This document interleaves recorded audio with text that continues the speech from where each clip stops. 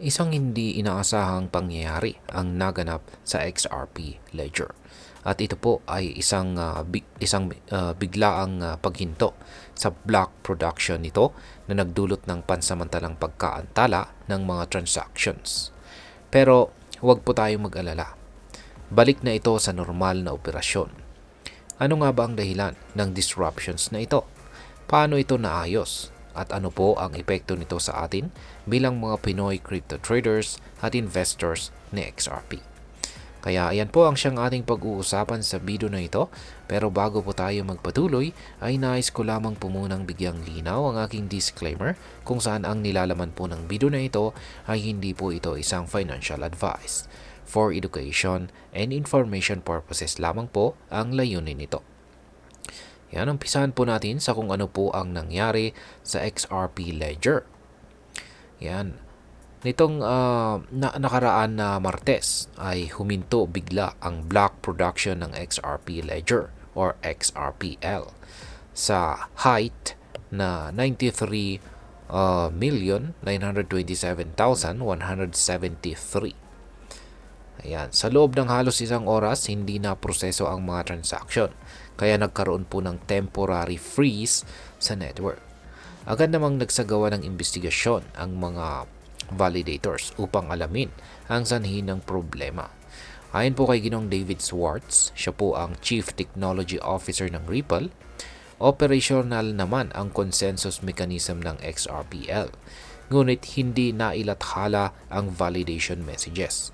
Dahil dito, naging desynchronized ang network. Matapos ang huling validated ledger, kinailangan ng manual intervention upang muling maitatag ang isang stable starting point. Nang lumabas na ang validation mula sa iba't ibang sources, unti-unting bumalik sa normal ang network. Yan. Kaya ang sunod na tanong ay ano po ang dahilan ng paghinto ng ledger? Yan, batay po sa paunang pagsusuri ni Ginoong Schwartz, kakaunti lamang daw sa mga unique node list, yan, or UNL operators ang gumawa ng direktang adjustments. Iniisip niyang maaring kusa itong naayos ng network nang hindi nangangailangan ng koordinadong aksyon mula sa mga validators. Bagamat pansamantalang natigil ang transaction processing, tiniyak ng validators na walang assets na nawala. Ang tanging epekto nito ay ang pagkawala ng trusted ledgers sa loob ng maikling panahon na nagresulta sa delay sa processing ng mga transactions. Ngayon ay ano po ang mga ginawang adjustments sa XRPL validators? Noong nakarang taon, nadagdagan po ang bilang ng mga validators sa XRP Ledger. Mula po sa dating bilang nito na ay naging 36 na ito habang pinananatili ang 80% quorum threshold para sa consensus. Kasabay nito ay inalis naman ang isang inactive validator na konektado po sa University of Korea. Kaya bumaba ang bilang ng active validators sa 35. May ilan pong kritiko na nagsasabing ang mga pagbabagong ito ay maaaring magdulot ng komplikasyon sa hinaharap. Ngunit ayon po kay Ginoong Daniel Keller, siya po ang CEO ng XRPL, nanatili namang maayos ang pagpapatakbo ng lahat ng nodes at tuloy-tuloy ang pagpupropose ng blocks. Ngayon ay nakaranas na ba ng ganitong problema ang XRP Ledger? Ayan. Hindi po ito ang unang pagkakataon na nagkaroon ng technical na aberya ang XRP Ledger. Sapagkat nito pong nakalipas na November 25, 2024, nagkaroon din ng katulad na insidente kung saan sabay-sabay na nag-crash at saka nag-restart ang maraming nodes. Nagresulta ito sa 10 minutes na paghinto ng transaction processing bago tuluyang naibalik ang normal na operasyon. Sa pangyayaring ito, pinahalagahan ng XRPL consensus model ang seguridad kaysa sa bilis ng transaction. Ibig sabihin ay mas pinili ng system na i-halt ang transaction validations upang maiwasan ang anumang inconsistencies sa network. Yan, at ngayon ay ano naman ang maaring maging epekto nito para sa atin bilang mga Pinoy crypto traders at investors ni XRP.